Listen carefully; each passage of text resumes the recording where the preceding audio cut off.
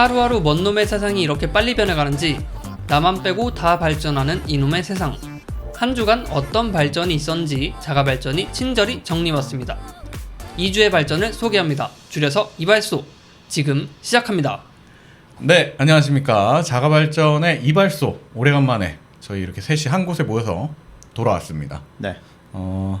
한 주간 저희가 2주 동안 사회적 거리두기 일환으로 특별편을 좀 만들어 봤는데 뭐 그거에 대한 자세한 얘기는 수요일, 금요일 날 들으실 수 있도록 저희가 준비를 해보고 얘기할 게 많으니까 이발소 이번 주도 변함없이 시작하도록 하겠습니다. 긍정씨 이번 주 언제부터 언제까지 발전이죠? 네, 2020년 8월 31일부터 9월 6일까지의 소식을 정리해왔습니다. 네, 그럼 한 주간의 소식 바로 시작해 보도록 하겠습니다.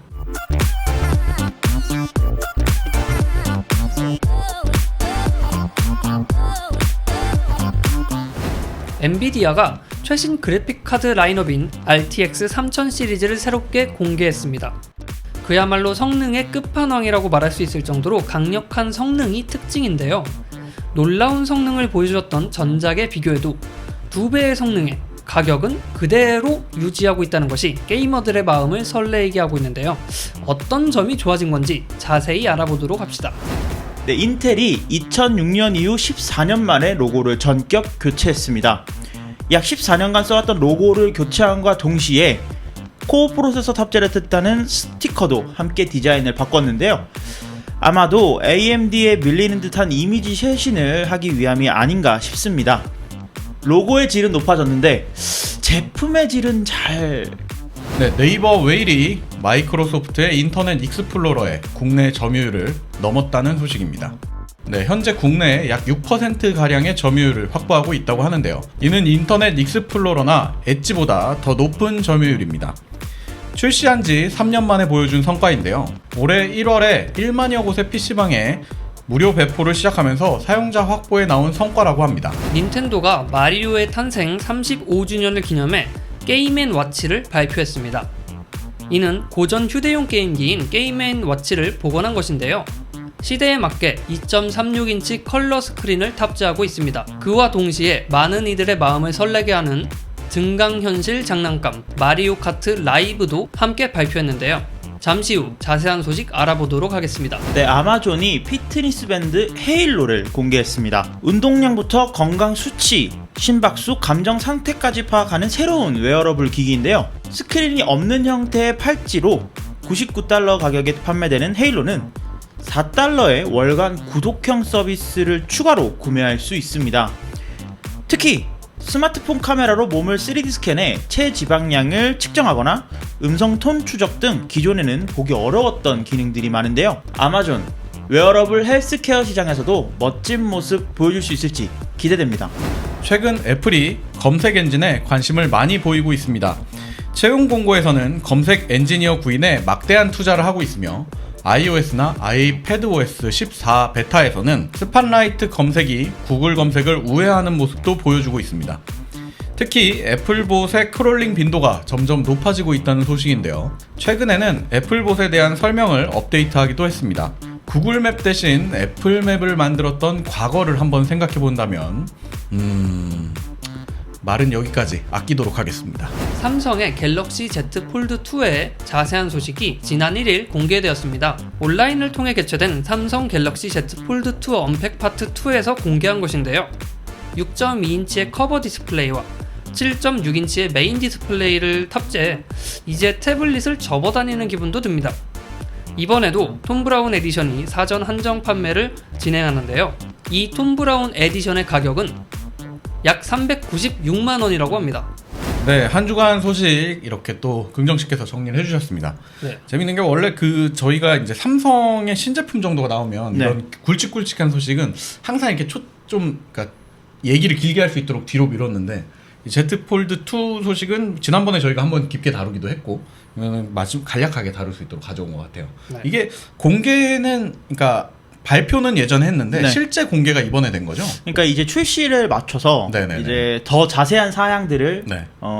공개를 한 건데요. 그러니까 기존에 있었던 언팩, 그러니까 언팩 파트 1이라고 할게요. 예. 언팩 파트 1에서는 야 우리가 폴드 2를 이렇게 만들었어. 근데 자세한 정보는 9월에 공개할게라고 했거든요. 네네네네. 근데 이제 9월이 오면서 이제 사실은 그 한 달 동안 실제로 이 제품이 가능한, 그러니까 제조가 가능한 그냥 수율을 확인해 본 것 같아요. 공정에서 문제가 없는지. 네. 그래서 확정이 된 제품들이 나왔습니다. 네. 일단 이번에는 저는 다른 것보다 사진을 봤을 때 그 Z 폴드, 원래 Z 폴드가 아니라 그냥 폴드였죠. 네. 폴드 1 대비 그 전면의 액정, 접었을 때 외부에 있는 액정이 눈에 띄게 이제 진짜 스마트폰스러운 모습을 띠게 됐더라고요. 근데 그 제품의 외관을 보기 전에 은 실장이 말씀해 주신 대로 원래 폴드에는 그 Z라는 말이 없었어요. 맞아요. Z 플립부터 있었거든요. 이렇게 접히니까 이제 Z란 이름을 넣어준 것 같았는데. 그죠. 근데 네. 저는 이게 그 생각을 했습니다. 이게 왜 Z일까? 왜 Z일까라고 생각 안 해보셨어요? 원래 그 갤럭시 S였잖아요. 네. 그 메인 저기 라벨이. 네. 그리고 노트였잖아. 네. SN Z? 그러니까 S를 이렇게 딱 접으면 약간 Z 모양이라서 찌푸라뜨리면 약간 찌푸라뜨리면 그래서 그런 게 아닐까. 갈지자가 더 의미 있는 걸로 하겠습니다. 갈지자 맞아. 그때 갈지자 드립이 나왔었죠. 네. 이게 Z 플립일 때 Z 네. 플립에서 이제 Z라는 네이밍을 쓰기 시작했잖아요. 네, 그러니까 맞아요. 갤럭시 A 시리즈 있고 음. 갤럭시 S 시리즈 있고 맞습니다. 이제 접히는 거는 우린 Z로 가겠다. 그리고 그거 라인업을 폴드와 플립으로 두겠다. 약간 이런 느낌인 것 같습니다.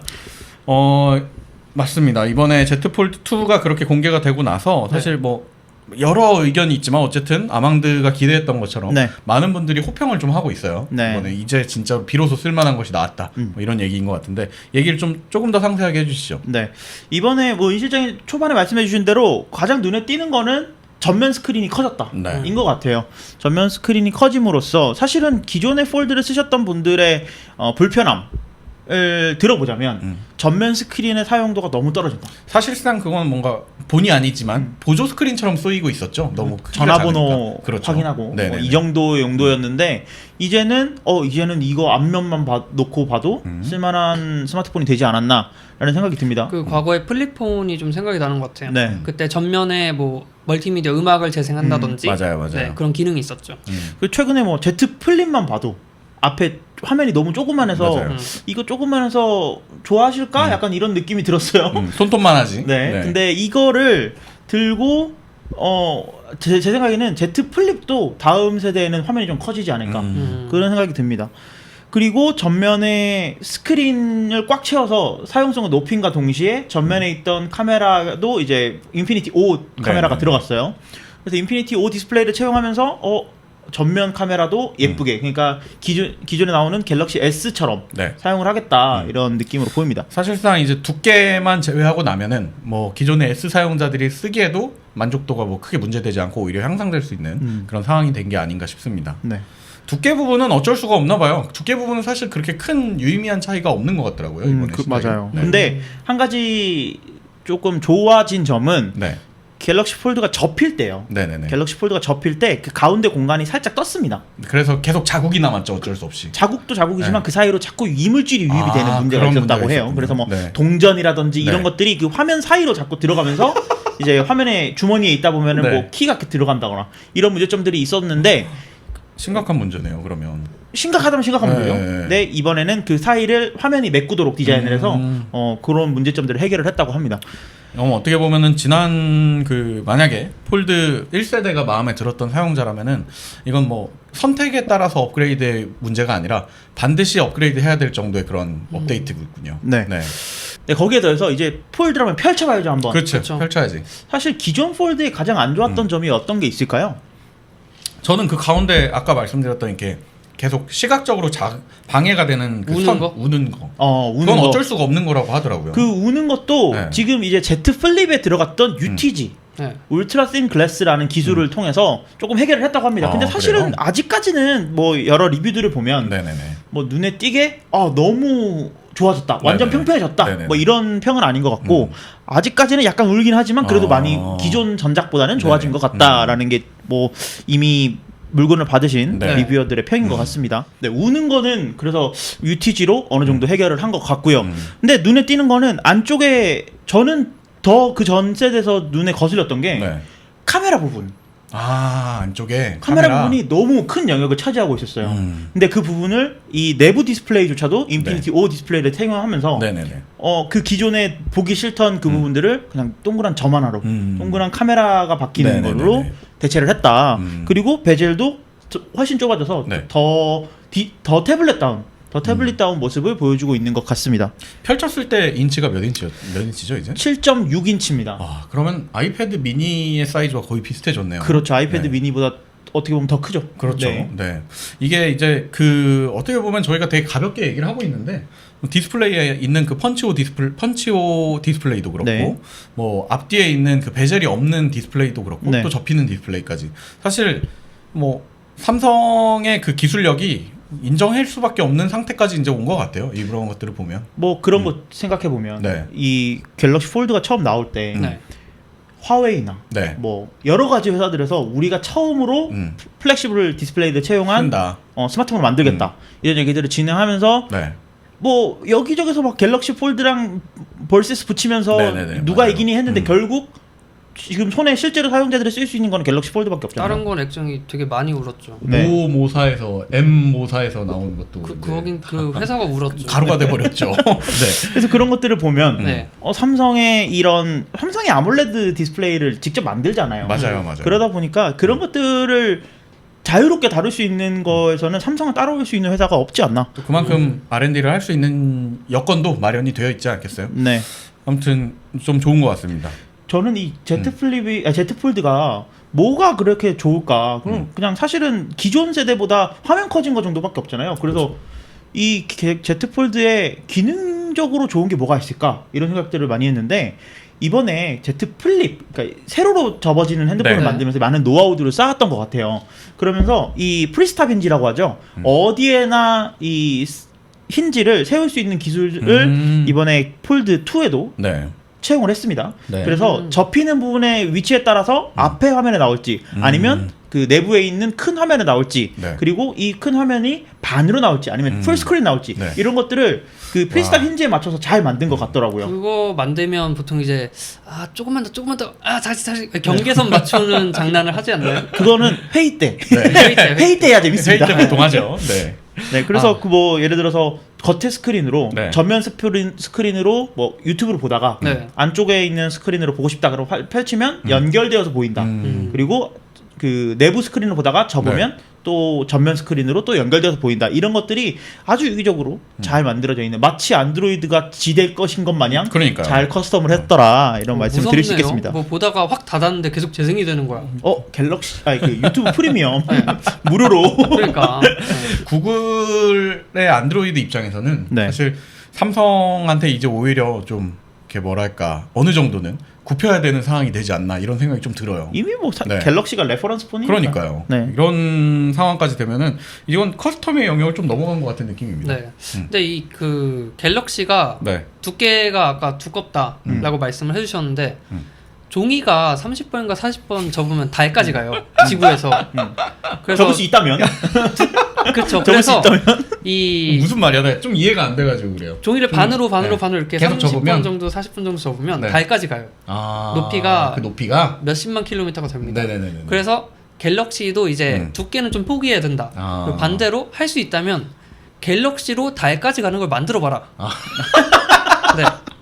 일론 머스크 대항마로 갤럭시 폴드 문 버전. 문 버전? 네. 문 버전? 네. 아니 저는 그 얼마 전에 저희가 자가 무비에서 또 아망드 씨가 허를 갖고 오지 않았습니까? 네. 그렇죠. 거기 보면은 그 주인공이 이거 갖고 댕겨요. 이렇게 접히는 스마트폰. 사만사를 네. 그렇게 데리고 다니죠. 근데 그거에 전 이거 볼 때 약간 비슷한 느낌이 들었거든요. 색깔도 좀 비슷해. 그거가. 네. 그래가지고 저는 조금 더 욕심을 내면 진짜 약간 수첩 정도의 두께. 이러면은 약간만 얇아지면 정말 이제 현실에서는 오히려 안 접히는 스마트폰을 갖고 다니면은 너 네 건 안 접혀? 이렇게 얘기 나오는 시점이 멀지 않지 않았나 이런 생각이 좀 듭니다. 그래서 이 폴드를 쓰셨던 분들은 계속 폴드의 그 폼팩터에 약간 그 만족을 느끼시는 것 같아요. 네네. 그래서 뭐 비싸지만 나는 폴드를 이번에도 폴드를 구매하겠다. 아니면 이번에는 한번 폴드를 사보겠다. 너무 내가 마음에 드는 핸드폰이다 싶으시다면 이제 9월 18일 날 정식 출시니까 기다려 보시는 것도 좋을 것 같고요.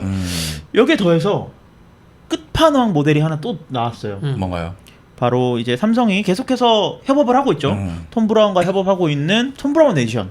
이게 맞들린 것 같아. 이거 원래 LG가 원조인데 LG 프라다폰. 그러니까 얘기하지 마세요. 이제 그 LG는 잠시 접어둬야 되는 거 같아요. LG는 프라다, 네. 애플은 에르메스, 그쵸. 삼성은 톰 브라운 뭐 이렇게 가는 것 같아요. 프라다는 이제 딴 곳을 좀 찾아야겠군요. 네. 아니 근데 그 가격이 그러니까 기능적으로 뭐가 다르진 않은 거죠? 디자인만 다른 거죠? 기능적으로 다른 게 있습니다. 뭔가요? 내부의 스키닝. 스킨이 다릅니다. 아, 이게 또 그 인터넷에 있는 능력자분들이 또 빼가지고 이제 다운로드 할 수 있게 해주지 않겠습니까? 그 갤럭시 Z 플립 때 네네네. 톰 브라운 에디션이 처음 나왔잖아요. 네. 그때 이제 너무 예쁘다 해서 이제 핸드폰에 이렇게 그 네임펜으로 네네네네. 잘 그어서 네. 쓰시는 분들 계시더라고요. 아니 그 가격이 일단 그 아까 말했던 스킨 값 치고는 네. 물론 디자인도 다르고 아예 이게 뭐 겉에 랩핑된 수준의 디자인이 아니라 아예 기계 자체의 디자인이 다 다른 거잖아요. 그렇죠.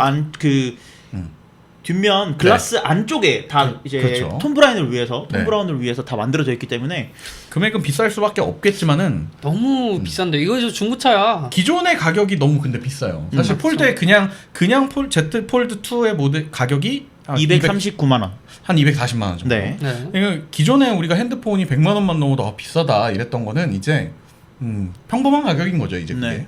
그리고 나서 톰 브라운 에디션은 400만 원 정도가 되는 거죠. 396만 원. 네. 근데 사실은 뭐 그 안에 그 갤럭시 Z 폴드 2도 있고 네.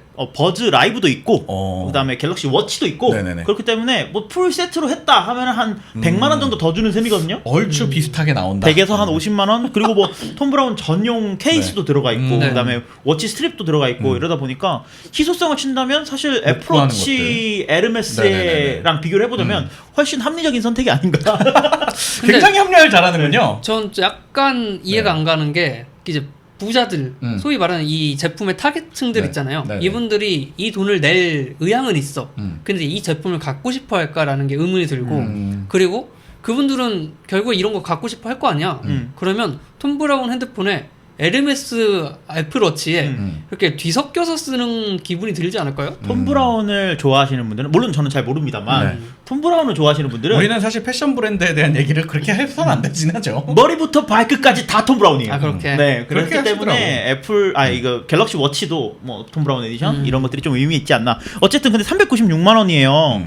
396만 원인데 가격이 네. 가격도 가격이지만 지금까지 전례를 봤을 때 이것도 뭐 최소 1.5배는 오르지 않을까. 아, 그런 생각이 듭니다. 진짜 할래라. 근데 또 모르겠습니다. 이번 거를 기점으로 이게 이제 사용자한테 먹힌다고 보여지면은 네. 또 아까 잠깐 얘기 나왔지만 LG도 이제 다음 또 신무기를 출격 준비 중이지 않습니까? 그거 프라다폰 만드신 분이 하는 거야 지금.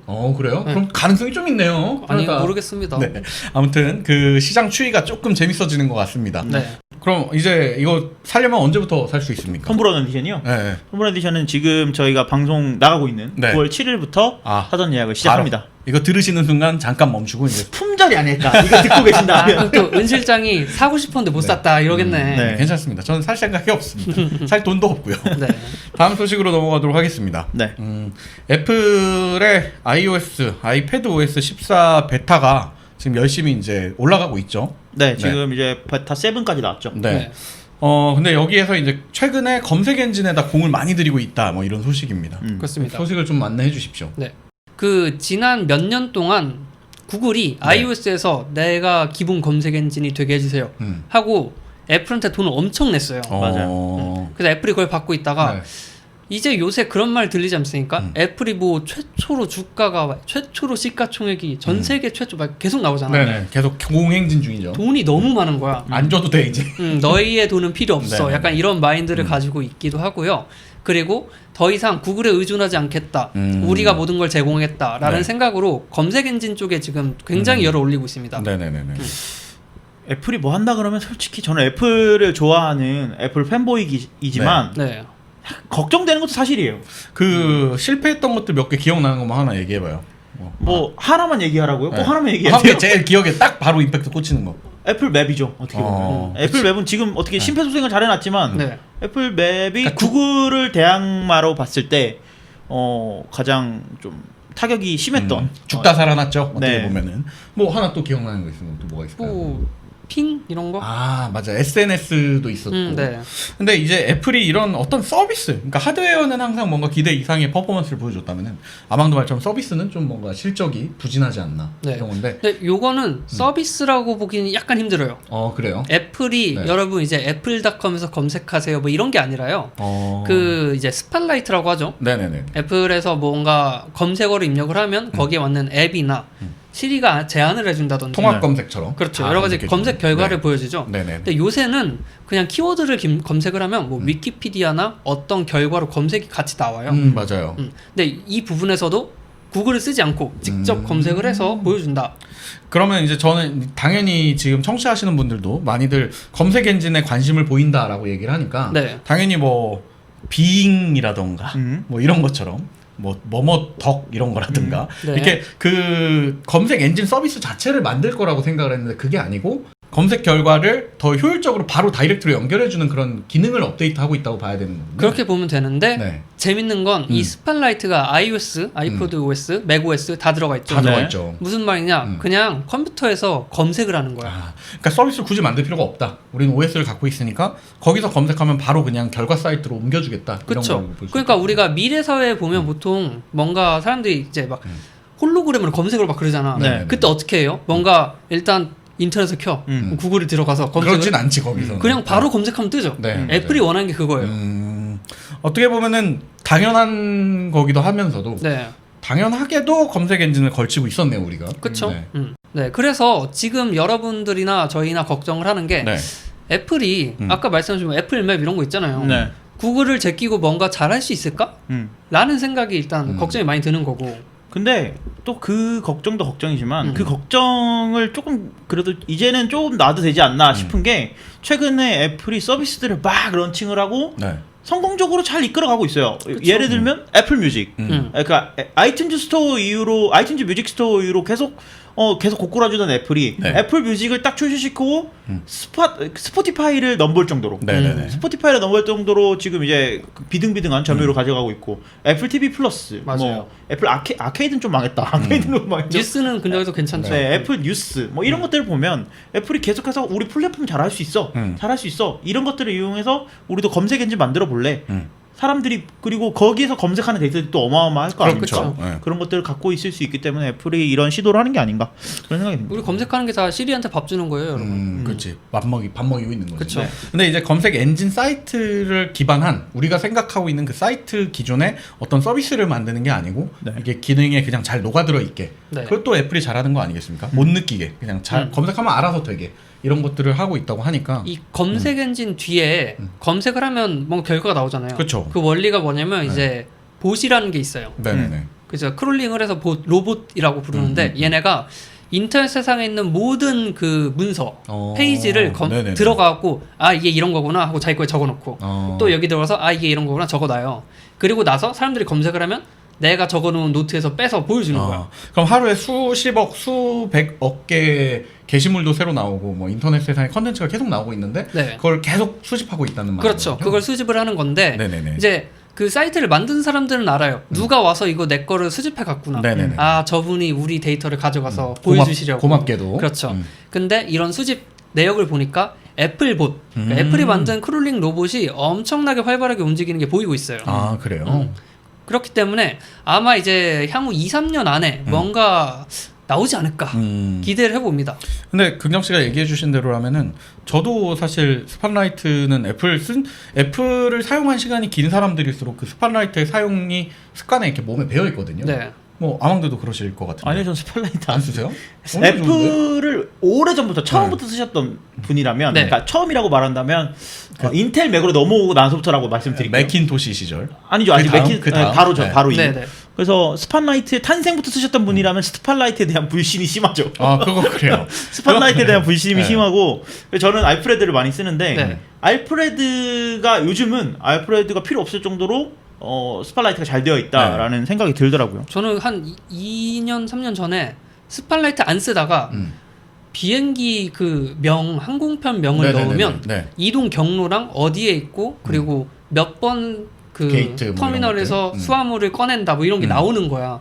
그걸 보고 야 이거 진짜 좋아졌다 하면서 슬슬 쓰다가 어느 날 아이폰에서 네. 그 사파리를 켜서 구글에서 검색을 했는데 네네네. 실수로 스팟라이트에 검색을 했어요. 근데 결과가 나오는 거야. 그때부터 약간 신뢰가 들기 시작을 했어요. 네네네. 저도 아이폰에서 스팟라이트는 진짜 잘 쓰는 것 같아요. 아이폰에 깔려있는 앱이 500개가 넘거든요. 네. 그러니까 앱을 어디다 두는지 모를 때 그냥 스팟라이트 검색을 하는 거예요. 런처로 쓰는 거죠. 오히려 그게 더 편해진 거죠 이제. 네, 그쵸. 이제 보니까 폰에서는 스팟라이트를 많이 쓰네요. 그래서 저는 이게 조만간에는 말씀하신 것처럼 꽤 많은 실효성을 가져오지 않을까. 네. 그리고 약간 검색하는 문화를 바꿀 수도 있지 않을까 하는 기대를 해보겠습니다. 네. 네. 다음 소식으로 넘어가겠습니다. 아마존이 피트니스 밴드 헤일로를 공개했다는 소식인데요. 네. 헤일로가 뭔지 아세요? 설레세요 벌써? 네, 저는 헤일로가 뭔지 여러분들 아시는 분들은 아실 거예요. 헤일로는 비욘세의 노래입니다. 아닙니다. 헤일로는 또 그 명작 헤일로는 게임 아닙니까? 그 네. 전설적인 마이크로소프트의 총 쏘는 게임입니다. 네. 유일하게 마이크로소프트에 있는 게임이에요. 네. 유일한 근데 게임입니다. 왜 그 이름을 가져갔는지 아마존이 마이크로소프트가 밴드 이름을 헤일로라고 했으면 뭔가 심장이 떨릴 것 같거든. 근데 아마존이 했다고 하니까 검색 엔진에 노출하는 거에서 좀 지지 않겠어? 이런 느낌이 좀 들어요. 네. 네. 설명 좀 해주죠. 어떤 서비스인지. 네, 그래서 이제 아마존이 발표한 헤일로는 밴드입니다. 근데 스크린이 없는 형태의 팔찌라고 보시면 돼요. 네. 그러니까 뭐 그 페스티벌 같은 데 가면 끈 묶어주잖아. 공연 들어가면. 네. 그러니까 그런 느낌이라고 보시면 됩니다. 그래서 이제 이 안에 되게 신기한 것들이 많이 들어있는데 네. 뭐 당연하게 뭐 가속도계, 온도 센서 뭐 이런 건 들어있겠죠. 네네네. 이거 말고 그 스마트폰 카메라로 몸을 찍으면 네. 3D로 모델링을 해줘갖고 체지방량을 계산을 해줘요. 진짜 BMI 지수나 이런 게 이제 카메라로 찍었을 때 나온다고? 그쵸? 그런 게 있고 네. 그리고 여기에 들어있는 마이크로 음성 톤을 감지해. 그래서 그날 너의 기분을 알려줘요. 스트레스 스크린은 없는데 네. 카메라는 있어요? 아니 마이크는 있어요? 네. 그래서 이 사람의 감정 상태를 기록해주기 때문에 네. 이게 피트니스 밴드지만 정신 건강까지 좀 책임을 져준다 라고 보시면 될 수 있어요. 그런 면에서 좀 차별화를 갖고 왔군요. 그쵸. 네. 디자인은 어떤가요? 이게 사실 웨어러블 디자인 그 시장에서 제일 큰 이슈잖아요. 그쵸. 계속 차고 다닐만 한가? 네. 그냥 약간 천조거리로 된 팔찌다라고 생각을 하시면 될 것 같은데 네. 뭐 그 샤오미 밴드라든지 이런 실리콘 뭐 이런 거 말고 가방 보면 네네. 우리 백팩 같은 거 보면 네. 끈 쪼가리 이렇게 길게 늘어지잖아. 네. 그런 느낌이다. 안전벨트 같은 거. 예. 그러면은 이게 사실 뭔가 오히려 되게 패션적으로나 이렇게 신경 쓰기보다는 그냥 편하게 차고 다녀라 같은 느낌으로 약간 걸고 다녀라 같은 그렇게 느낌으로 볼 나온 수 거네요. 있겠죠. 네. 이런 형태의 웨어러블이 왜 필요할까라고 생각을 해보면 네네네. 기존에 나는 시계는 차고 싶어. 음. 내 롤렉스는 차고 싶어. 차던 건 차야지. 그리고 그 시계 외에 뭔가 액세서리처럼 하나만 더 끼고 다니고 싶어 라고 한다면 이런 형태가 더 어울릴 것 같아요. 네. 그러겠네요. 이걸 그 시계 바로 아래다가 차놔도 생활에 불편함이 없을 테니까. 아니 시계를 왼팔 오른팔 차면 이상하잖아. 그치. 근데 오른팔에는 그 밑밴드 차고. 오른팔에는 그냥 액세서리처럼 차고 왼손에는 그냥 뭐 시계 내가 차던 네. 롤렉스 차고 그러면은 뭐 좋지 않을까. 왜 자꾸 롤렉스예요? 롤렉스 갖고 싶어서요. 그러니까 이게 그 천만 있는 게 아니라 안쪽에 예. 뭔가 장치가 있긴 해. 네네네네. 근데 천 안쪽에 있으니까 가려져. 그러니까 쉽게 말해서 아망드 말대로 시계를 차고 그 위에다가 한 개를 더 차 두 줄이 되죠. 네. 그래도 이상하지 않아요. 자연스럽다는 거죠. 그렇죠. 저 국면에 있어서는 지금의 웨어러블 시장을 좀 어느 정도 충분히 분석을 하고 나왔다고 볼 수 있겠네요. 네. 가격도 사실 그렇게 비싼 편은 아닌 것 같아요. 가격이 이제 $99 네. 그리고 구독형으로 이제 $4 정도 월 $4로 이제 체크를 할 수 있는데 네. 지금은 아직 초대만 받고 있어요. 아, 그래요? 인바이트 온리로 해서 네. 판매를 하고 있고 이 상태에서 $65로 판매를 하고 있습니다. 그러니까 지금 사실 이 스마트 워치라고 한다면 거의 애플 워치가 혼자서 다 해먹고 있는 그런 네네. 시장이고 피트니스 밴드라고 한다면 핏빛과 그다음에 샤오미 네. 샤오미의 미밴드가 양분하고 있고 거의 샤오미의 미밴드가 더 우세한 상황인데 네. 이것들을 보면 아마존이 이걸 내므로써 사실 아마존이 야 우리 아마존 프라임 한번 공짜로 줄게 아니면 아마존 프라임 한 반값에 팔게 네. 뭐 이런 식으로 공격적으로 마케팅만 한다면 아마존 프라임 하면 우리 4불에 쓸 수 있는 그 피트니스 서비스 무료로 쓰게 해줄게 이런 식으로 아마존이 뭔가 잘 묶어가지고 상품을 만든다면 이것도 하나의 그 피트니스 밴드 시장에 파란을 일으키지 않을까 그런 생각이 듭니다. 일단 물론 근데 우리나라에서는 아마존이 먼저 들어와야 가능한 일이겠죠. 맞습니다. 뭐 쓰실 의사가 있으신 분들은 여전히 구해서 쓰시겠지만은 네. 이런 웨어러블 시장이나 뭐 이런 부분들이 사실 우리나라 자체의 IT 법규나 이런 부분과 미묘하게 좀 걸려가지고 100% 실효를 못하는 경우들이 꽤 많이 있지 않습니까? 근데 재밌는 게 이거는 아마존이 우리는 네. 메디컬 서비스가 아니다 라고 공표를 하고 있어요. 네네네. 왜냐면 FDA 심사를 받는 게 하나도 없어요. 아 정말요? 네, 그러니까 거기에 걸림돌이 하나도 없이 자기는 모든 걸 할 수 있다라고 얘기를 하고 있죠. 그럼 여러모로 그걸 우회해서 우리나라에서도 정상적인 서비스를 쓸 수도 있겠네요. 가능할 수 있을 것 같습니다. 아무튼 뭐 재밌는 것 같습니다. 사실 어떻게 보면은 좀 많이 후발주자긴 후발주자인데 많이 늦었다면 늦었지만은 아망도 말씀처럼 시장이 너무 좁은 환경에 딱 두세 개 업체가 다 하고 있으니까 충분히 아마존 정도면은 좀 이렇게 흔들어 놓을 수 있지 않을까. 그리고 알렉사를 만든 걸 보면 네. 뭐 잘하겠죠. 사실 거예요 나오면은? 알렉사 연동이 안 된대요. 아, 그래서 안 그래요? 삽니다. 아마존에서 나왔지만 알렉사 연동은 안 된다. 네, 아직 안 됩니다. 조만간 될 수도 있지 않을까. 그럴 수도 있겠죠. 뭐 한 네. 3세대쯤 되면 되지 않을까요? 1세대를 사는 것보다는 시간이 지나서 하는 걸 추천드려봅니다. 알렉사 이름이 헤일로로 바뀔지도 몰라. 무서운 소리 하네요. 죄송합니다. 그러면 마스터 치프 목소리로 나와가지고 남자가 이제 얘기해주고요. 네. 아 무섭다. 예. 아마존의 또 새로운 발전 저희가 소개해드렸습니다. 네. 소식을 넘어가 보도록 하죠. 네. 다음 소식은 닌텐도의 이야기입니다. 네. 닌텐도가 벌써 마리오 탄생 35주년이나 됐나봐요. 그러게요. 네. 그러게요. 마리오가 태어난 지 35주년이 됐다는데 네. 기념으로 뭐 이것저것 공개를 했습니다. 그 역시나 닌텐도답게 뭐 보통의 물건들을 갖고 온 건 아니고 딱 보고 있으면 그 키덜트들 우리 어른이들이 설레일 것 같은 그런 아이템들을 공개를 했어요. 소개를 좀 해주십시오. 네, 먼저 두 가지를 발표했다고 보면 되는데요. 네. 크게 첫 번째로 게임 앤 워치를 발표했습니다. 게임 앤 와치. 네, 하지만 게임과 시계가 아니라 네. 이 제품명이 게임 앤드 워치 이게 풀네임이에요. 네네네네. 그래서 이게 원래 예전에 있던 건데 아마 은 실장은 또 아시겠죠. 네. 과거에 살던 사람이니까. 과거에 살던 사람이 사는 과거를 사람. 사는 사람. 살고 있는 사람인가요? 네. 알겠습니다. 네, 그래서 과거의 게임기인데 네. 여기 이제 뭐 슈퍼 마리오 브라더스 1, 뭐 2 이런 게 탑재되어 있던 게임기라고 해요. 초창기에 나왔던 그 닌텐도 아주 극초기 모델. 네. 네, 그래서 이거를 35주년을 기념을 해서 저희가 새로 만들었습니다라고 네. 했고 컬러 스크린을 내장해서 네. 이 제품을 새로 만들었는데 이 디자인이 옛날 거랑 약간 비슷하기도 하고 네네네. 근데 또 미묘하게 요즘 스타일이야. 이게 레트로, 그러니까 하이퍼 레트로 같은 그런 느낌이에요. 약간 그런 네. 느낌이라고 보시면 될 것 같아요. 뉴트로를 따라가는 것 같아요. 그렇죠. 이게 사실 그 뉴트로의 일환인지 모르겠지만 네. 계속해서 뭐 슈퍼 페미콤, 페미콤 이런 것들을 계속 복각해서 내놓고 있었는데 네. 맞아요. 거기에 일환으로 이 게임 앤 와치 사실 거의 지금 닌텐도가 안 내오는 것 중에 쥐어짜서 이제 맞아요. 하면 야 없나? 뭐 없나? 야, 이러면서. 맞다 게임 앤 와치 이런 거 있었어. 약간 이런 느낌으로. 네. 그래서 이제 네. 이거를 출시를 하겠다라고 발표를 했고요. 한국에 이미 전파 엔진이 끝났다고 합니다. 그래요? 그러니까 나오는 것만 기다리면 돼요. 근데 이게 그 소식에는 조금 한참 기다려야지 이제 살 수 있는 모델이 아닌가 네. 이런 생각이에요. 네, 제품 출시는 11월에 한다고 하고요. 네. 2021년 2월까지만 한정 판매. 한정 판매를 한다고 합니다. 무조건 사야지 이거는. 근데 이게 가격이 싸요. 50불 정도거든요. 네네. 50불인데 지금 이미 사전 예약은 받고 있고 네. 한정 판매를 하잖아요.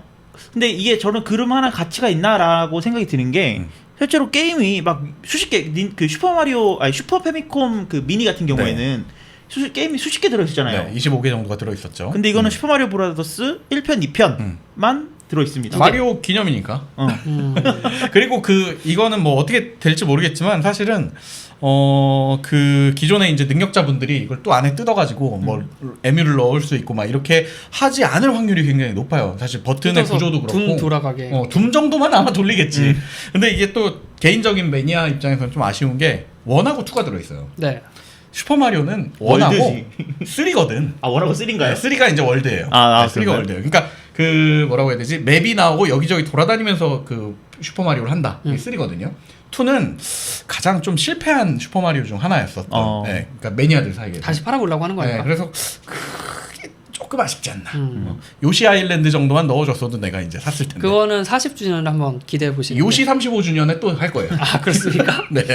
아무튼 요시가 나이가 많아지네요. 그럼 그렇죠. 요시가 좀 연배가 있어요. 네, 연배가 있네요. 저랑 뭐 호영호제 하거든요, 거의. 네네. 아무튼 그 이제 게임 앤 와치 어떻게 보면은 그냥 이벤트성 판매라고 좀 봐야 되지 않나. 이런 그러니까 생각을 기념비적인 해봅니다. 물건인 거죠.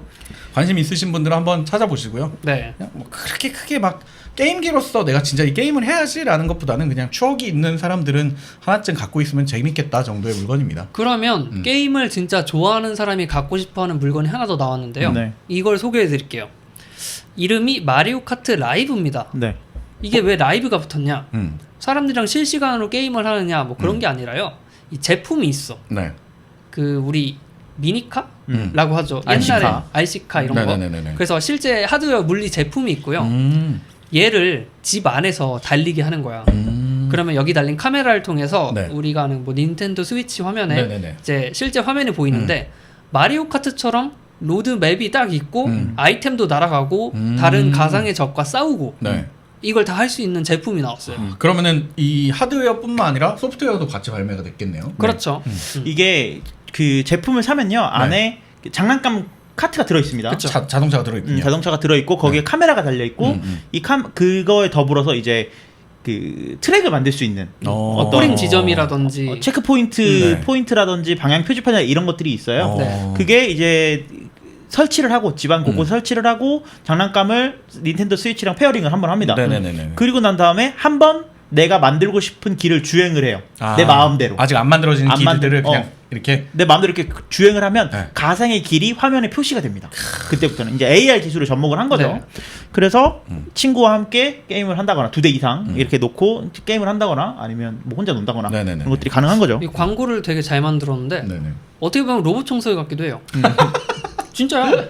맞아요. 그래서 로봇 청소기 회사가 앞으로 이런 레이싱 게임을 미니 게임으로 넣어줄 수도 있지 않을까? 뭐 그것도 아이디어 중 하나예요. 뭐 그런 생각도 조금 듭니다. 이제 어떻게 보면은 이거야말로 사실 닌텐도가 잘하는 일 아니겠습니까? 네. 그러니까 사실 고정관념을 깨고 새로운 게임의 새로운 패러다임을 자꾸 갖고 오는 건데 예전에 그 닌텐도 종이 골판지 접어가지고 하는 것들 라보 같은 경우에도 처음 출시됐을 때 물론 그 게임을 실제로 즐기고 있는 분들은 굉장히 한정적이에요 지금은 열심히 즐기고 있긴 하지만 근데 그런 부분들을 봤을 때 이런 새로운 기술과 새로운 장르를 접목하는 거는 좀 칭찬받아야 되는 부분 아닌가라는 생각이 좀 들고 특히 이 코로나 시대에 네. 집에서 할 수 있는 게임을 제대로 만들어줬다. 이건 되게 닌텐도가 정말 잘했다라는 생각이 듭니다. 저는 슬픈 거는 네. 저희 집은 이걸 할 만큼 크지가 않아요. 저는 이거 그 광고 지금 여기 사진에 있는 것들을 좀 보는데 이거 보면서 이제 또 그 서양의 넓은 집들을 갖고 계시는 매니아들 층에서 또 한동안 이제 유튜브에 많이 올라오지 않을까. 네. 우리 집 봐라 이러면서 이제 하지 않을까. 진짜 재밌을 것 같아요. 그래서 뭐 이 게임 그 패키지를 사도 안에 실제로 게임은 안 들어 있어요. 게임은 다운로드로만 그래요? 되어 다운로드 있고 방식이고. 그 패키지는 그냥 그 장난감 자동차와 표지판들을 사는 거의 용도인데 나오면은 한번 구매를 해보고 싶은 그런 차가 한 제품입니다. 대씩밖에 안 들어있겠죠? 한 대 들어 있어요. 여럿이서 하려면 이제 여러 여러 개를 개를 마리오 버전, 루이지 버전 이렇게 나와 있고요. 그러면 그만큼 해갖고 여러 대를 사서 맵도 더 넓게 만들 수 있겠네요. 그럼 여러 개가 붙어 있어요. 근데 이게 제가 제일 기대가 되는 건 그 영상에서 갑자기 웬 괴수가 나타나 카트를 쳐버린다. 뭐 고양이나 강아지가 트랙에 난입을 한다. 그것도 재밌겠네요. 이런 걸 네. 좀 기대를 해보고 있습니다. 그러니까 사실. 실제 그 마리오 카트에 있는 그런 이벤트성 공격 아이템들이 네. 이제 현실에서 네. 현실에서 우리 또 고양이들 그거 가만히 안 놔두거든요. 그렇죠. 같이 달릴 수도 있어요. 굉장히 재밌을 것 같습니다. 네, 이놈은 이제 출시가 언제쯤인가요? 10월로 예정이 되어 있고요. 네. 그 가격이 네. 12만 원 정도의 이제 1분 가격으로 네네네네. 12만 원 정도에 책정이 되는데 우리나라 들어오면 한 15만 원 정도 되지 않을까? 닌텐도 스위치가 있어야 되는 거죠. 그렇죠. 있어야겠네요. 예, 아무튼 뭐 닌텐도가 35주년에 걸맞는 어떤 좀 재밌는 아이템들을 갖고 온 게 아닌가 이런 생각을 합니다. 네. 출시하면 다시 한번 저희가 소식으로 다뤄보도록 하겠습니다. 추가로 하나 뭐 무료로 할 수 있는 게임도 같이 나왔는데요. 네네네. 이 슈퍼 마리오가 35주년이잖아요. 35주년에서 그래서 슈퍼 마리오 35라는 게임을 진짜요? 무료로 공개를 했습니다. 네네네네. 공개를 하는데 이게 뭐냐면 슈퍼 마리오가 배틀로얄 형식으로 하는 거예요. 그래서 그 35명의 사용자가 동시에 온라인으로 붙어요. 네네네. 그리고 먼저 그 슈퍼 마리오에 뭐 바닥에 빠지거나 아니면 네네네. 곰방한테 맞거나 죽잖아요. 네네네. 죽지 않고 끝까지 살아남는 사람이 최후의 1인이 되는. 똑같은 슈퍼마리오 게임이지만 네. 배틀로얄 형식이네요. 그렇죠. 그런 식으로 하는 재밌는데? 게임인데 이거는 그 닌텐도 온라인을 가입하고 계신 분들이라면 무료로 플레이하실 수 있다고 하니까요. 한번 참여해 보시는 것도 재밌을 것 같습니다. 재밌겠는데요. 알겠습니다. 닌텐도 마리오 아저씨 35주년 축하드립니다. 닮았어요. 제가요? 네. 전 수염을 더 길게 기르고 더 살이 쪄야 되지 않을까요? 코파? 여기서 더 찌면 죽는 거 아니에요? 여기까지 하도록 하겠습니다. 네. 닌텐도 관심 있으시면 저에게 연락 주십시오. 다음번은 네이버 웨일 소식입니다. 네. 네이버 웨일이 마소의 그 점유율을 넘었다 뭐 이런 건데 인터넷 익스플로러의 점유율을 넘었다. 국내 기준. 국내 기준으로. 네. 아직 글로벌 기준으로는 아니고. 아니죠. 네. 한번 얘기를 해주십시오. 네.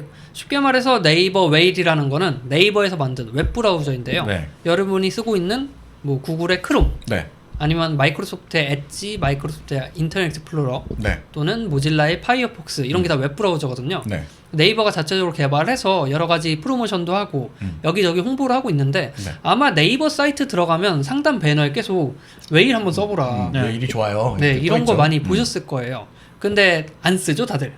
뭐 쓰시는 분들은 근데 굉장히 이제는 많이 네. 쓰시는 것 같아요. 이거를 저도 처음에 나왔을 때 뭐 그냥 크롬 고쳐서 만든 거네. 크롬에 익스텐션 붙인 거네. 약간 이런 느낌으로 안 쓰고 있다가 너무 권유를 하는 거예요. 마치 네.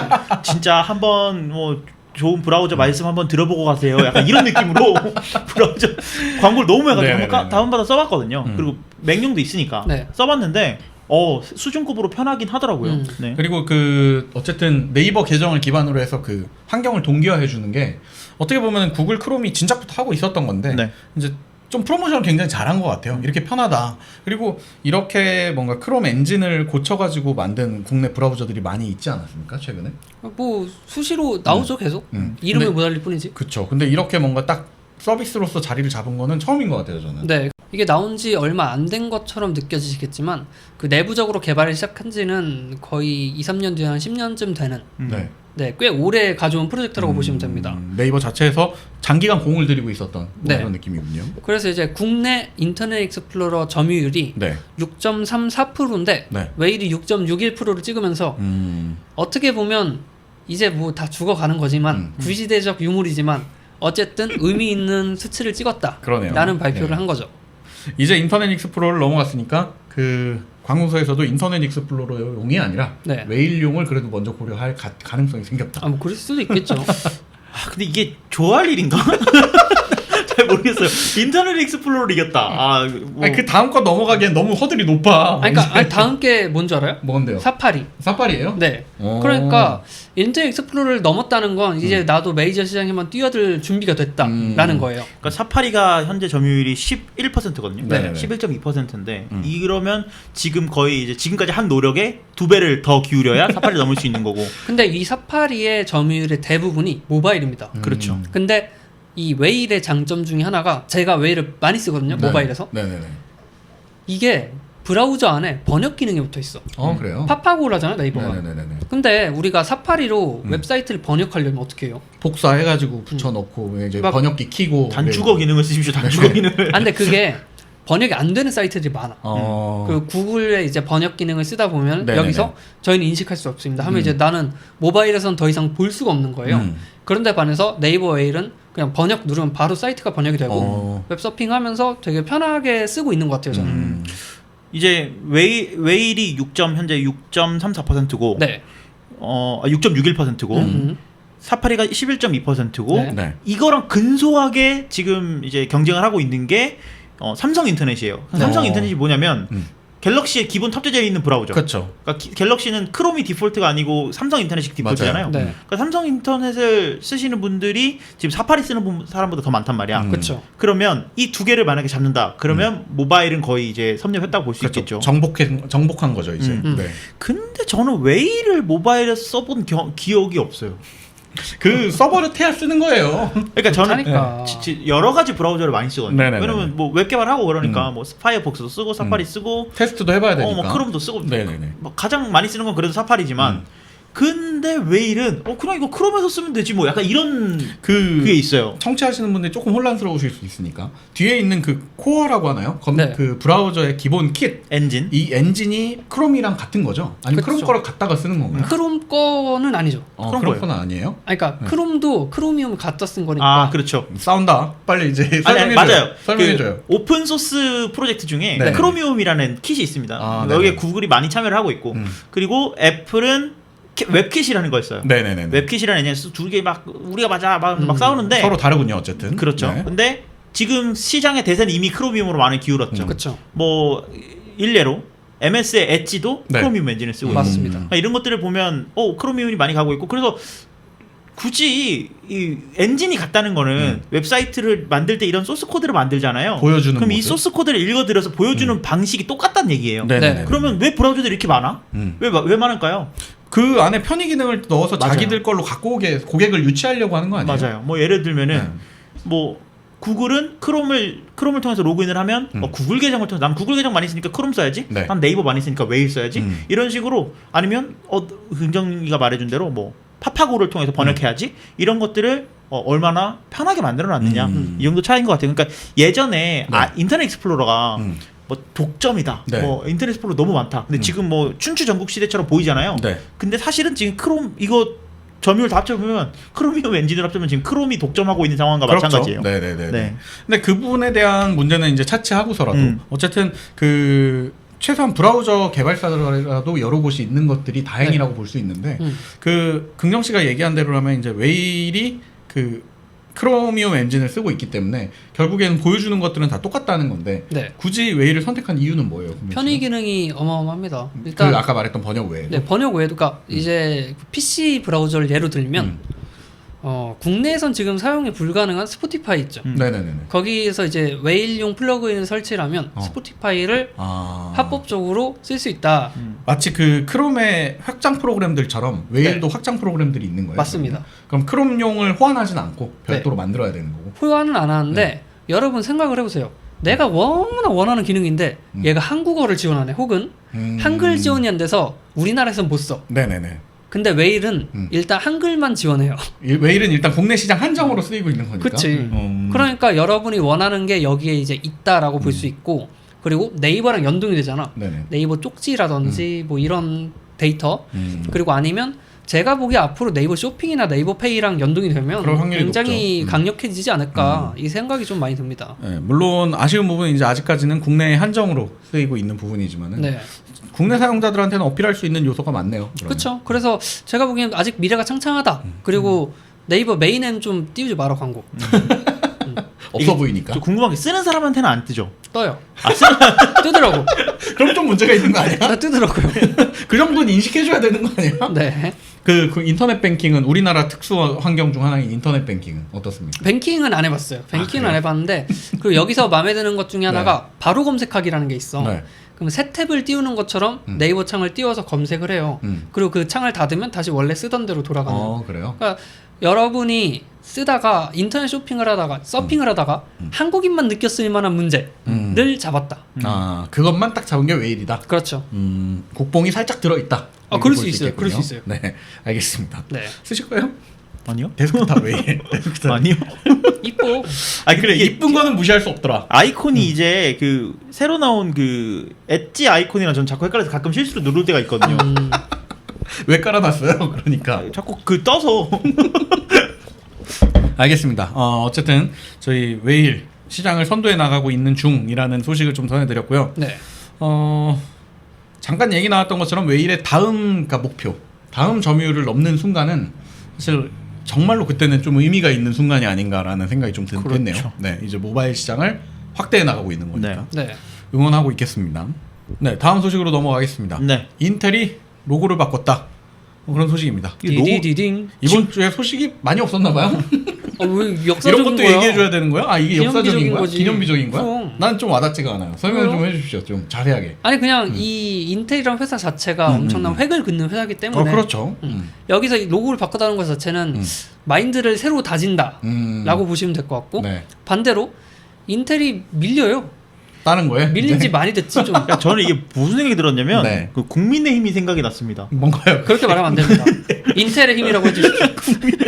이게 뭐가 네. 약간 이 껍데기 바꾼다고 지금 뭐가 본질이 바뀌나 약간 이런 생각이 들었어요. 네. 그 CPU 시장에서 꽤 오래됐지만 이제 어느 순간부터는 이제 무시당하던 AMD가 이제 무시당하는 상황이 아닌 게 돼버린 그쵸. 상황이 돼버렸죠. 한동안. 오히려 인텔은 그냥 자꾸 그 숫자 노릇만 하고 있다라는 비판이 굉장히 강했었어요. 네. 인텔이 그 제가 IBM 가졌을 때 말했듯이 네네네네. 거기 하드급 업체였다가 원래 하드급 업체였죠. 엄청나게 커서 이렇게 자리를 잡았는데 네. 그래서 사람들이 CPU 하면 인텔, 인텔 컴퓨터를 사라 이런 말이 있을 정도로 굉장히 큰 회사였죠. AMD 사는 거는 좀 없는 형편 친구들이 이제 사는 거다. 암드라고 불렀어 그때. 암드는 이제 없는 형편들이 사는 거다. 네, 이렇게 근데 얘기를 반대로 했었지. 이제 좀 이게 상황이 역전된 지가 꽤 됐는데 뭐 어려운 부분이니까 간단하게 말씀을 드리면 이 공정이라고 하죠, 만드는 걸. 네네네네. 여기서 공정이 점점 얇아질수록 좋다고 생각을 하시면 됩니다. 더 대단한 기술인 네. 거군요. 네. 그래서 인텔은 14나노 밀리미터 공정을 사용하고 있는데 네네네. AMD는 지금 7나노미터인가 쓰고 있고 앞으로 5나노까지 떨어질 거라고 해요. 네네네네. 근데 인텔은 21년까지 14나노미터를 유지를 한다 라고 발표를 했어요. 네네네. 그래서 밀리고 있는 과정에 갑자기 로고를 바꿨다. 그러니까 이게 공정이 줄어들면 네네네. 어떤 장점이 있느냐? 네. 그러면 공정이 줄어든다는 얘기는 그 하나의 그 트랜지스터, 그 우리가 트랜지스터라고 하면 이렇게 그 벌레처럼 생긴 큰 네네. 그 하나하나 박혀 있는 거 생각하잖아요. 열 들어가면 터지는 거요. 네.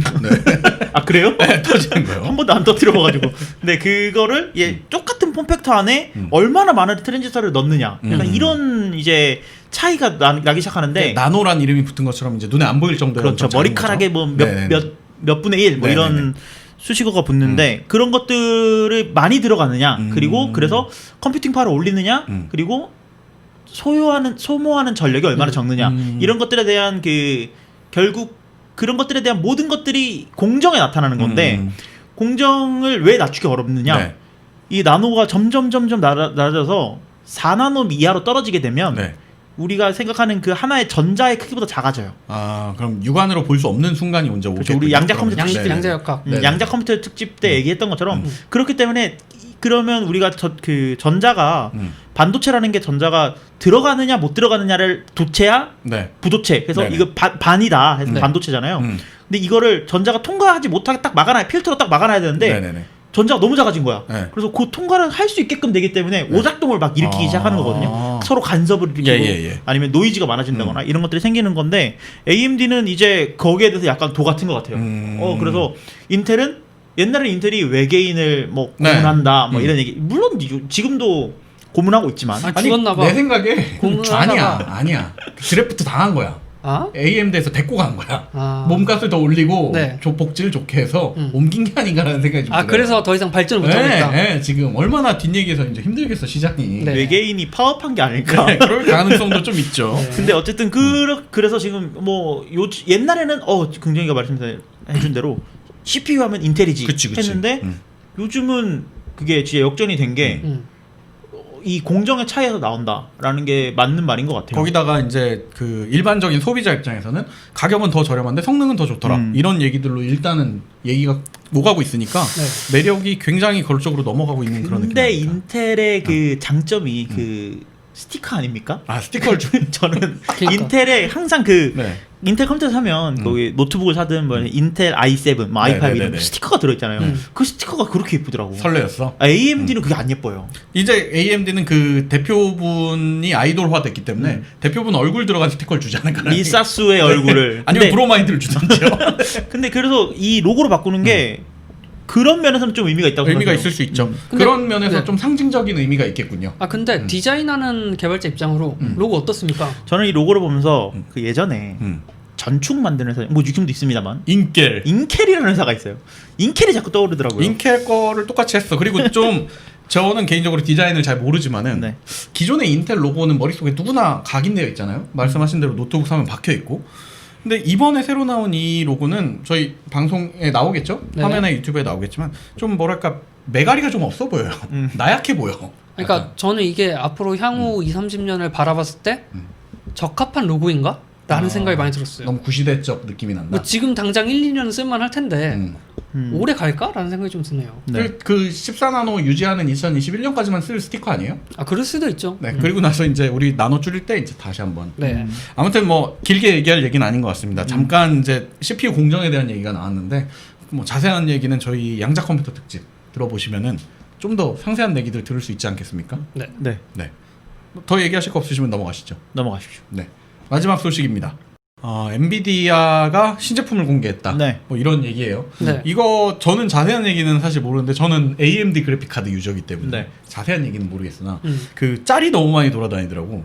한동안 이제 우스갯짤로 이제 중고장터에 뭐 10분 만에 희비가 갈린 사람, 30분 만에 희비 갈린 사람에서 어떤 사람이 그 RTX 2080 모델을 팔고 그리고 몇 분 뒤에 이제 그 신제품이 공개되는 뭐 이런 짤을 봤어요. 저는 그 네. 제발 한국인이면 직구하지 맙시다 뭐 이런 글도 본 거예요. 그게 무슨 얘기야? 좀 자세한 설명 한번 해주세요. 네, 네.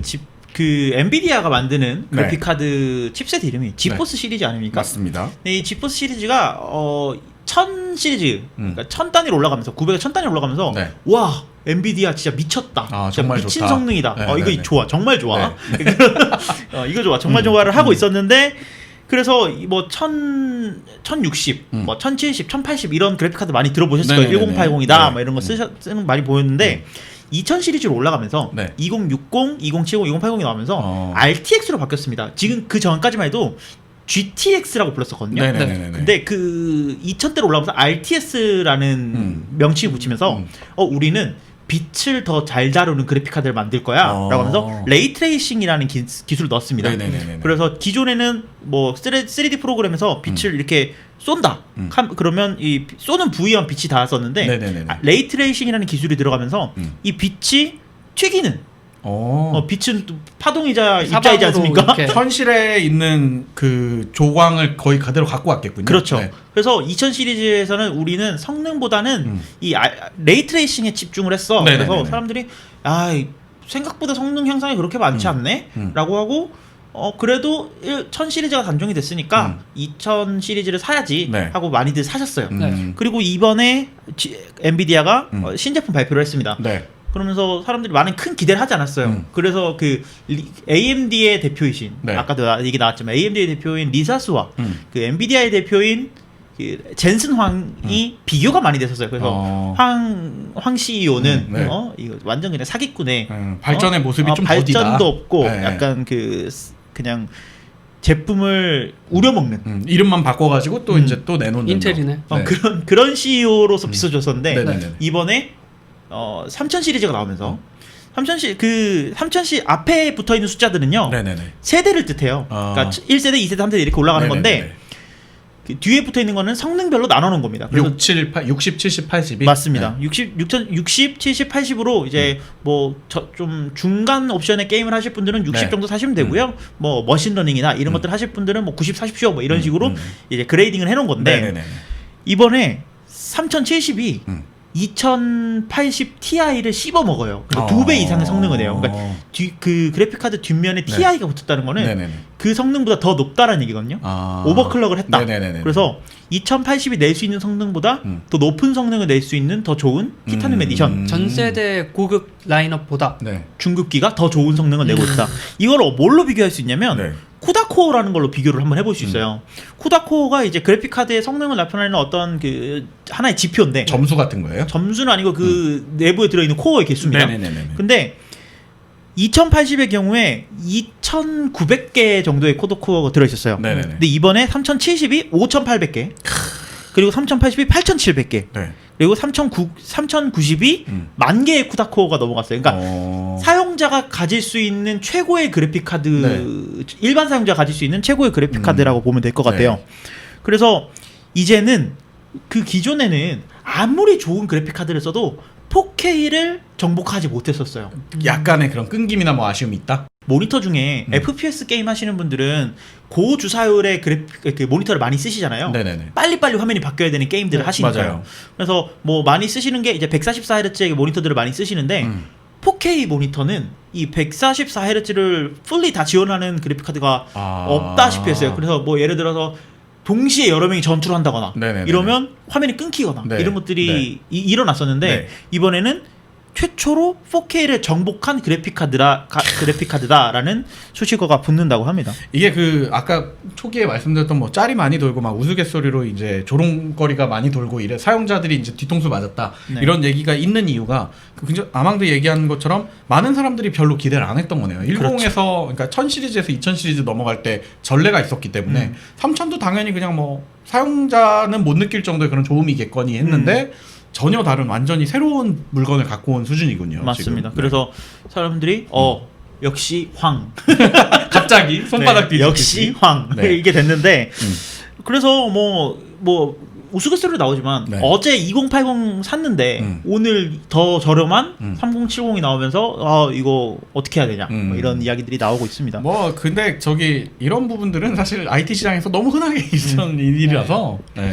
근데 이제 이런 것들을 돌리기 위하면 그 어마어마한 컴퓨팅 파워를 처리하기 위해서 파워가 필요하지 않겠습니까? 그렇죠. 근데 요즘 뭐 집에 가정용 PC로 있는 것들 보면 많이 채용하고 있는 게 한 500W 정도의 그렇죠, 500W 정도. 파워를 채용을 하고 있는데 이 3070을 쓰기 위해서 위해서는 650W의 최소? 파워 필요하고요. 최소 필요하고요. 네. 3080을 안정적으로 돌리기 위해서는 750W의 그 파워가 필요합니다. 그래서 네. 제 생각엔 좀 있으면 이제 보편적으로 네. 1000W의 파워를 쓰게 되지 않을까. 1kW인가요? 그러면 그렇죠. 이제? 컴퓨터 안에 1kW가 들어가 있다고요? 그렇죠. 네. 그래서 그 정도의 파워를 끌어다 쓰고 있기 때문에 네네네. 이제 게임을 한 판 하면 전기세도 좀 걱정을 해야 되는. 걱정하면서 그런 면에서 점점 이제 클라우드 게임으로 넘어가지 않을까. 누진세가 좀 더 바뀔 수도 있겠네요. 게임세로. 그렇죠. 게임세가 많아질 수도 있겠죠. 저도 이거 보면서 드디어 이제 제 게임 컴퓨터가 게임 컴퓨터를 바꿀 때 되지 않았나. 너나 할 거 없이 이제 업그레이드할 시점이다. 네, 지금. 이게 이제 10월이면은 네. 출시가 돼요. 예. 10월이면 이제 하나둘씩 그래픽 카드가 출시가 될 텐데. 네. 그때쯤이면 저도 이제 게임 컴퓨터를 바꿀 때 되지 않았나. 음. 왜냐면 제가 게임 컴퓨터가 아직 1060을 쓰고 있어요. 되게 오래된 거 아니에요? 이게 어떤 뭐 1년 단위로 계속 업데이트돼서 나오는 거예요, 지금? 비주기적으로 나오는데 거의 네. 1년 텀으로 나오긴 하죠. 아, 점차 이제 자리를 잡아가고 있나 보군요. 네. 그 바꾸신다고 했는데 네. 지금 그러면 뭔가 부족함을 느끼고 계신 거예요? 제가 원래 1080 그래픽 카드를 썼거든요. 네. 근데 배틀그라운드를 잘하고 싶어서 1080 그래픽 카드를 샀었어요. 그래픽 카드를 올리면 배그를 잘합니까? 그럼 실력이 올라가나요? 그게 아니고 스트레스 없이 아. 잘 하고 싶어서. 그러니까 내가 잘하는 게 아니고 순탄하게 하고 얘 싶어. 컴퓨터가 잘 돌렸으면 해서 잘 죽을 수 있게. 네. 그랬었는데 네. 배틀그라운드를 이제 안 하게 되면서 이건 나한테 너무 과분하다 해서 팔아버리고 네네네네. 1060으로 좀 보급화된 그래픽 네. 카드를 바꿨는데 1060으로 해도 웬만한 게임들은 다 그래도 중간 옵션 이상은 네네네. 다 올릴 수 있거든, 돌릴 수 있거든요. 캐치마인드 이런 거. 음. 아니야? 캐치마인드. 못 돌려요? 카트라이더 이런 거. 아, 네. 근데 그 이제 3070 정도로 저는 구매를 예상하고 있는데 네. 3070이면 그래픽 제가 한 4배에서 5배 이상 정도의 성능 향상이 이루어지는 거거든요. 다른 것들은 바꿀 필요 없이 그래픽 카드만 이제 바꾸면 되죠. 파워도 바꿔야죠. 파워도 바꿔야 되겠군요. 파워를 네. 바꾸면 메인보드도 바꿔야 되고요. 네. 메인보드를 바꾸면 CPU도 바꿔야죠. 하나씩 다 올리면 되겠군요. 네, 다- 컴퓨터 그러니까 새로 그- 만들면 되겠군요. 프로젝터 살려면 집 바꿔야 되는 거 아시죠? 약간 그런 느낌입니다. 네, 어떤 느낌인지 알겠습니다. 근데 이제 가격이 이제 관건일 것 같아요. 네. 3090, 3090이 가장 좋은 그래픽 카드고 네. 크기도 되게 커요. 크기도 거의 뭐 한 이 아이패드만한 네네네네. 사이즈인데 이게 $1,500로 출시가 되고요. 3080은 $699 그리고 3070은 $499거든요. 현실적으로 좀 와닿을 수 있는 건 진짜 3070이겠네요. 그렇죠. 근데 3070 이게 레퍼런스 모델이라는 게 있어요. 네네네네. 엔비디아에서 이거 우리가 직접 만드는 그래픽 카드야. 네네네. 라고 해서 레퍼런스 모델이 있고 여기에 있는 GPU 칩셋을 뜯어서 여러 가지 뭐 이제 제조사들이 네. MSI나 뭐 아수스 이런 데서 네. 이 그래픽 카드 칩셋을 채용해서 직접 그래픽 카드를 만드는데 그러면 이 가격이 조금 올라가요. 아, 그래요? 평균적으로 가격이 올라가기 때문에 이런 그래픽 카드의 가격은 한 70만 원에서 80만 원대에 형성이 되지 않을까. 네네네. 그런 기대를 해보고 있습니다. 네, 출시가 되면은 또 이발소에서 한번 더 다루겠지만은 기대가 되네요. 네. 신제품이라고 하니까. 네. AMD도 그래픽 카드가 새로 나올 때가 됐는데요. 라데온이요.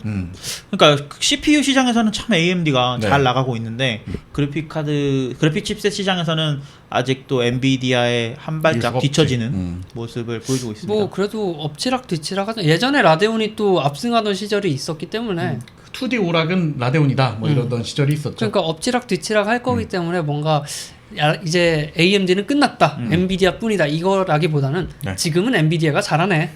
라고 생각을 하십시오. 두 회사라도 있는 게 어딥니까? 네. 경쟁을 하고 있는 게 어딥니까? 독점을 안 하고. 네, 아무튼 이렇게 저희 또 한 주간의 소식 다뤄봤고요. 다음 주에도 별일 없으면 저희가 한 주의 소식을 또 정리해서 가지고 오도록 하겠습니다. 정리해 주셔서 긍정 씨 감사드립니다. 네. 청취해 주시고 시청해 주신 여러분 감사드립니다. 감사합니다.